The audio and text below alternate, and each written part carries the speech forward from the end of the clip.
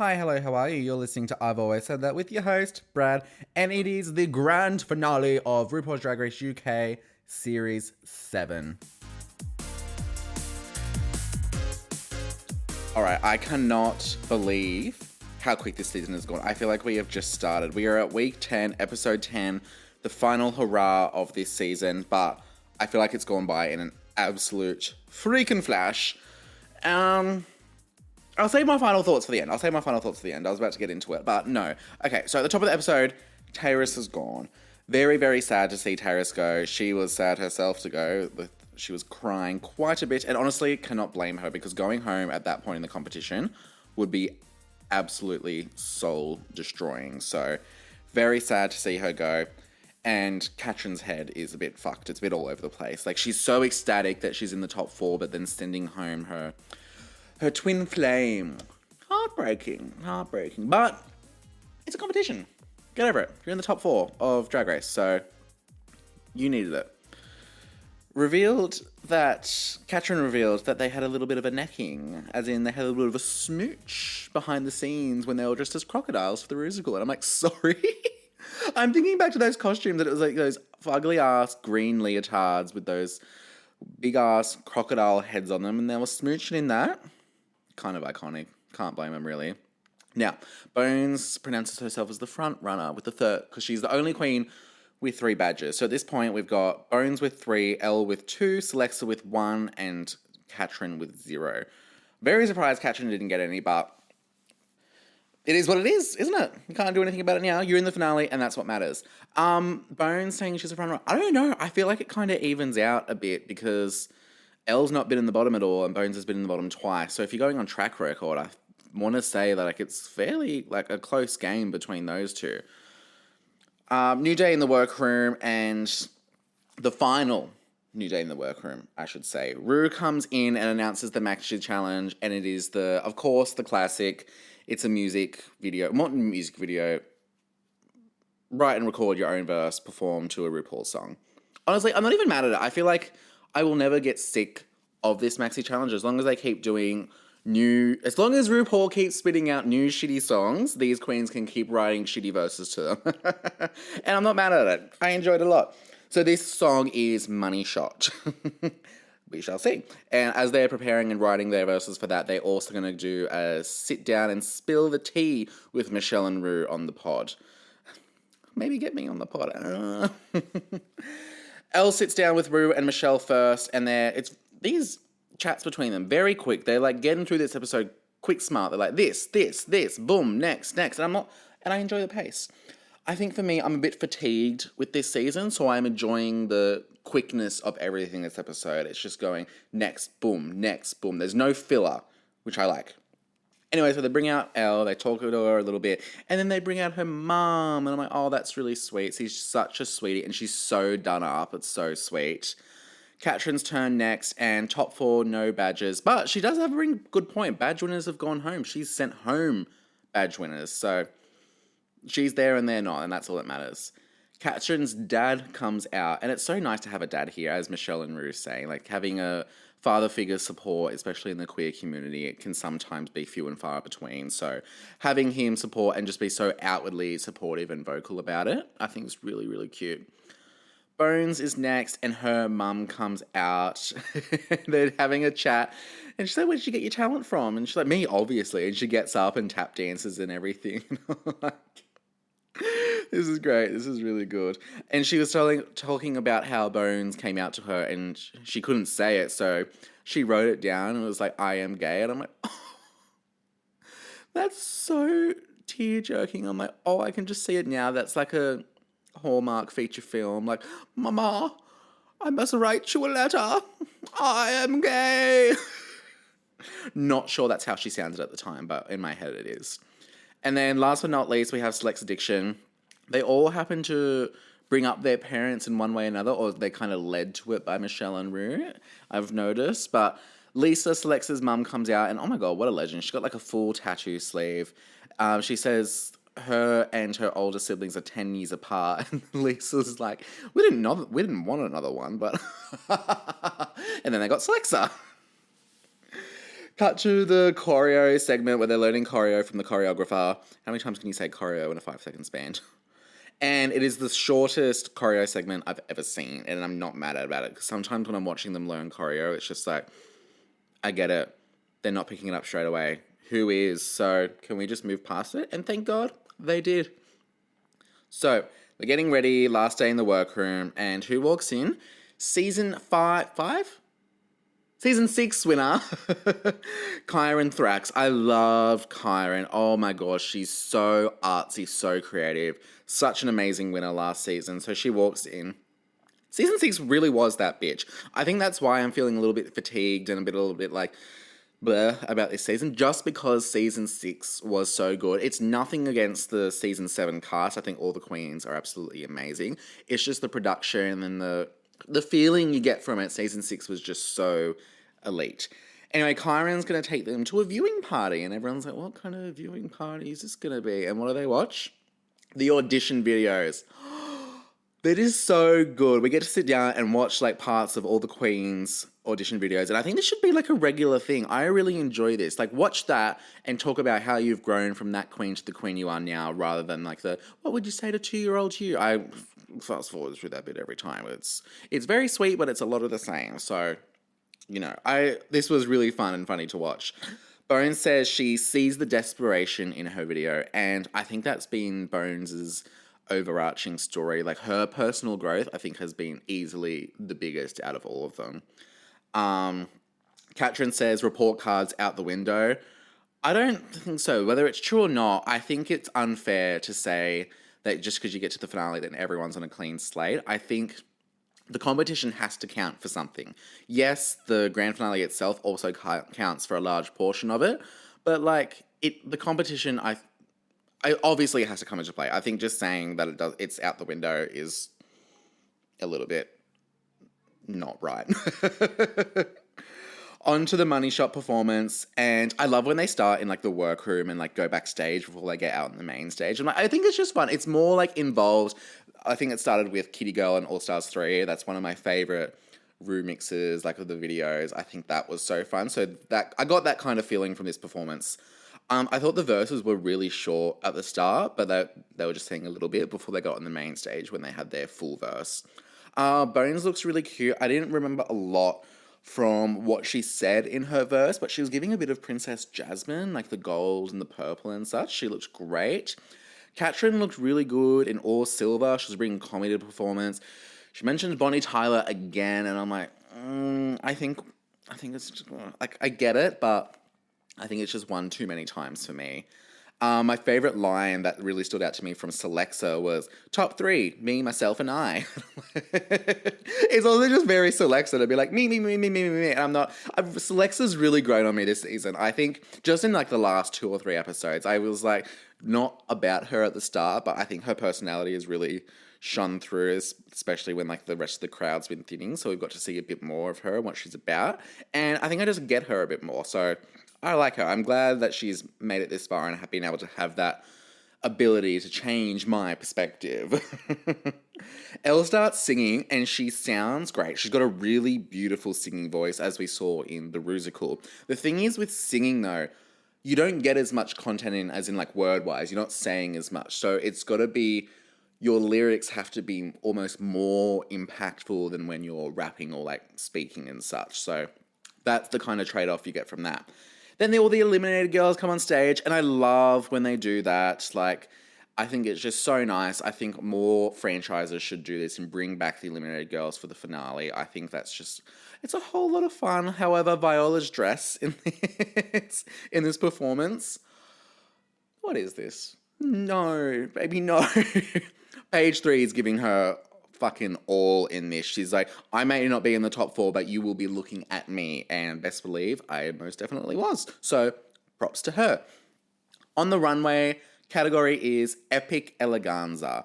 First up is we have the pork chop of the season, Pasty. Easily her best look. I mean, she only showed us, a handful of looks in her time here in the 2 episodes she was here.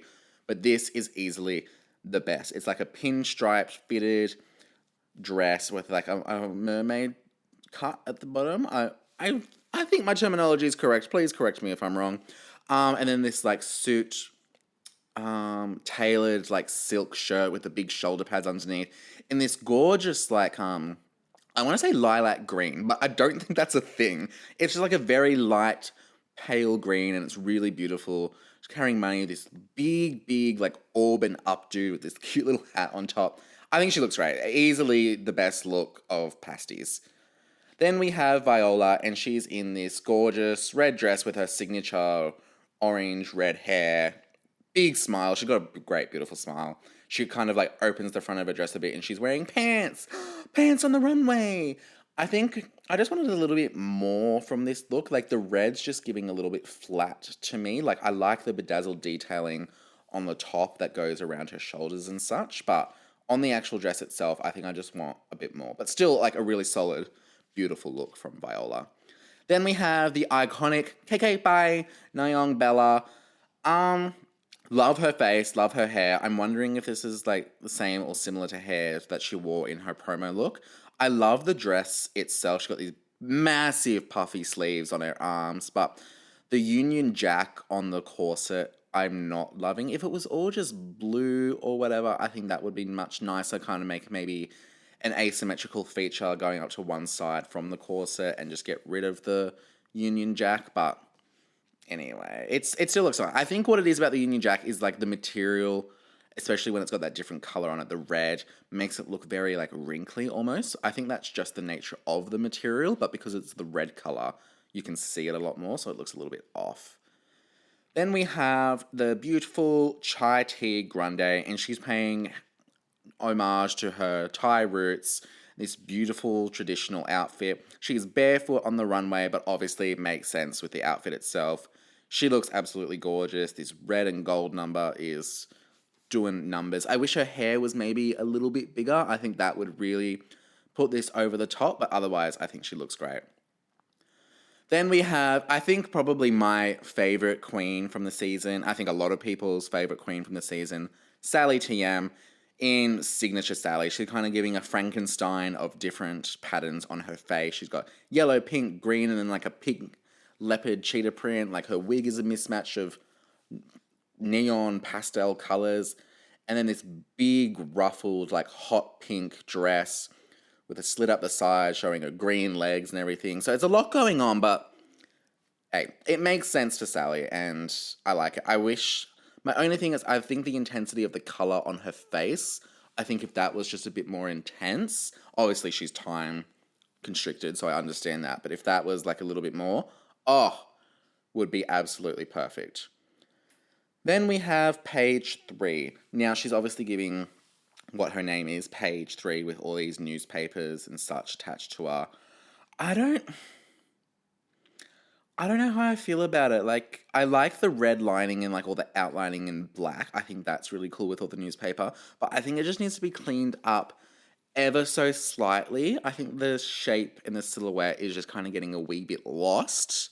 That's my critique with that. But I love like the long braided hair through it. I think the color scheme is really on point. But I think for me, it's just the shape of it. Then we have Chair, no. We have Bonnie and Clyde missing it with no Mary and Joseph or Sue Ann Seidel. She's wearing like a more simple, elegant dress, just absolutely stoned to the gods with the nude illusions and with stars over the top. I don't know how I feel about this hair. It's kind of slicked back with these 3 massive points shooting up, maybe sort of imitating or alluding to a crown, but I don't know. I think I just want a little bit more looseness to the hair. And then maybe, I don't know, something. It's just the hair that's throwing me off. Because it's a simple look. I think I just want a bit more going on top. But otherwise, she looks beautiful. Oh, and now, Tyrus Mongardi.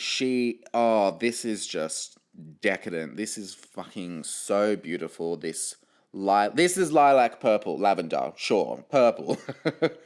In this massive mermaid cut, quilted, like, thick, and this purple looks so beautiful. I know she's kind of got like a nude corset over the top with these 2 spikes coming up either side. I think she looks absolutely freaking amazing. Definitely a finale worthy look, like incredible. She has grown aesthetically so much through this competition, and I think it's done wonders for her. I hope she goes far in this industry because I think she really, really deserves it. Now for our top 4, just in alphabetical order, we have Bones first. I think giving us a truly classic Bones look. It's not the traditional finale look you'd expect, but it's like very matte black, lots of detailing in there with like a cape. Rue kind of says it's giving like Star Wars, Star Trek sort of vibe, and I couldn't agree more. I think the sculpted hair with this works really beautifully. It's kind of giving, I think she says it's the Senate. I am the Senate. It's giving Padme Amidala sort of vibes. I really like it. I think maybe, I don't know.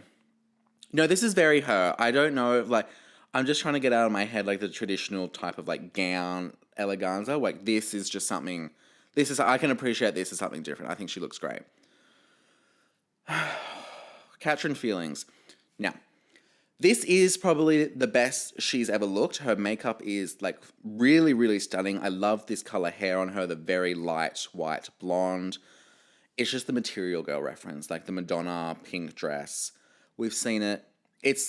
I think I'm more sick of this than I am of Marie Antoinette. Again and again and again and again. I don't want to see this anymore. I just don't like this reference. It's done well. She looks beautiful. It's just the fact that it's this specific reference. I'm like, not feeling it. Then we have Select's Addiction in the most extra outfit you've ever seen. The judges compare it to a bloody plane, and it looks like she's about to take off. I don't even know how to describe it. There's things folded over. It's this. I like the color palette. This brown, gold, and red, black. Like it looks stunning. She looks stunning. The tiniest little waist. Of course, she's got her iconic breastplate on. Just phenomenal, and I would expect nothing less from her. And then to round out the top 4, we have Elle Vosk giving us Galinda the Good Witch. It's very beautiful. It's very light. It's a light pink, lots of tulle. I want more. I want a bit more intensity. I want a bit more structure. I want a bit more like, from it. It's very light. It's very cutesy. It's very dainty. But I just wanted something a little bit more with an impression to leave for the finale. My favourite look of the night would probably be from Pasty, oh my god, 10 episodes in, I still couldn't get it right. Pasty or Taurus, I think they looked phenomenal. My least favourite look is probably Paige, just because, like, I just didn't like it. It just wasn't my favourite. I'm sorry, Paige. I think you're phenomenal and I want to see you on All Stars. Untucked, Celexa asks if anyone was offended by the roast, and Viola pipes up because of course she does. And she says the my sister thing was a kick in the teeth, and Katrin was just spitting hard facts. And I'm like, how was the my sister thing a kick in the teeth? I really don't understand where you're coming with that. She's like, we don't have that friendship to be shady. We're not actually friends. I'm like, oh, fuck, she's not happy. But also, like, if you can't handle the roast, then you shouldn't have gone there. Like, you're at a roast, their job is to roast all of you, and then that's what she did. So, too bad, so sad. You would have done the same thing if the roles were reversed, so I think you're just kind of pulling shit from the air right there. Bones says in the confessional, bad girl who needs to be punished, and she said, this competition has been punishment enough. For Viola. Fuck, that's harsh. I remember Viola was in my top to make it all the way, so it goes to say what I know about my picking the right winners. The pink fuzzy box comes out on the table, and Paige is like, we voted for the top 2. And the top 4 are kind of shitting it a bit. I'm like, there's no way that they voted for the top 2. Like, it's just not going to happen. And they're like, no, it's for Miss Congeniality, obviously. My pick for Miss Congeniality would probably be Sally or Chai. I do like that since, I think, season 10 on the US, that they've just got the queens to vote after the whole Russian hacking on the voting there. It used to be fan votes, but I do like how the queens vote now. They are the ones there. They get to know everyone the best. So I think that is the most realistic impression of Miss Congeniality. Back on the main stage, they announce Miss Congeniality, and the winner is Chai T. Grande. Oh, and I'm so happy for her. She gets the sash and nothing else. Give her some money. Give her like £1,000 or something, surely. And also, I want to see the votes. We never get to see the votes, but what I would do to see that. I think that's just like a bit of fun, a bit of behind the scenes. Okay, it's time to announce the top 2. Based on your performances this week and throughout the competition, I've made some decisions. Catching Feelings and Select's Addiction. Now is not your time. That means that Elle Vosk and Bones are the top 2 of Series 7 of Drag Race UK. I think that makes sense. That was, well, out of these 4, that's probably who what I would have picked as the top 2 based on everything. So Alexa does kind of like a fuck you and fuck you, you cows, and blah, blah, blah, just like it's a funny thing going off. And yes, she has really grown on me. Oh no, I don't hate to say it. She's fantastic. So, lip sync for the crown. The song is You Make Me Feel Mighty Real by Jimmy Summerfield.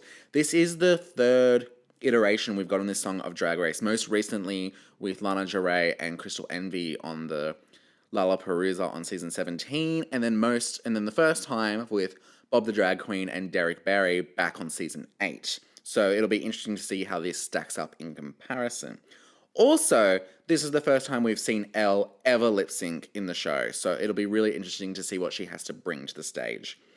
I think I just sat and watched, and it was a really fun performance. I mean, it's a great lip sync song. You can really get into it and do a bit of stuff, show some personality, show your moves and that.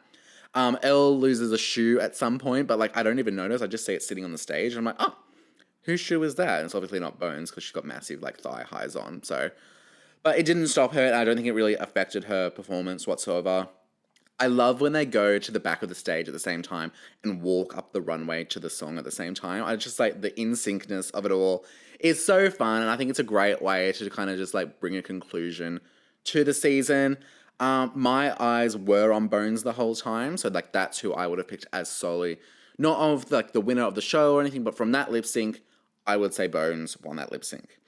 Now, Kyron Thrax comes out to crown the winner, and this step down look, oh my god, it's so Kyron Thrax. It's exactly what I wanted to see from her. It's this it's a boned corset, but it's actually like a rib cage, and she got like all like the red flesh underneath with this white dress and blood stains, and her hair is all slicked back, but it's still like down and straight, and she's got the big red eye makeup. Oh, incredible. Bones realness. Okay. It's time. The winner of RuPaul's Drag Race UK. The UK's next drag superstar is Bones. Woo! Cue fake reactions because they've filmed 2 winners. She gets it. She's very excited. I mean, she's not that excited because they filmed 2 winners, as I said. And she says, once you get rid of the BS, you've got the one. Which is what she said in her audition video as well. So that was kind of like a nice callback as well. I did watch like the actual reactions of Elle and Bones winning. So they find out when we all find out by watching the show themselves. And she was just absolutely in shock. I think that moment would just be so surreal and overwhelming. I love watching those videos of the queens watching it live and seeing themselves win. I think it's so fun just like seeing that like and seeing all the different reactions. It's great. This season as a whole, I liked the cast. The queens are always great on Drag Race. Like, you can't fault them. They're so talented. I'm merely a spectator in this. I think they're all phenomenal. I could never do what they're doing. I'm judging purely based as a fan of Drag Race in this scenario. I think what they're doing is amazing. What they can do off the stage is even more telling of who they are as a performer. So I'm excited to see where all their careers go. I think as a series, as a show, as a production, this series definitely wasn't as strong as season 6. I would say it's not my favorite UK season. Let's just say that. But a lot of great personalities on it, and I really enjoyed getting to know them all, as I always do.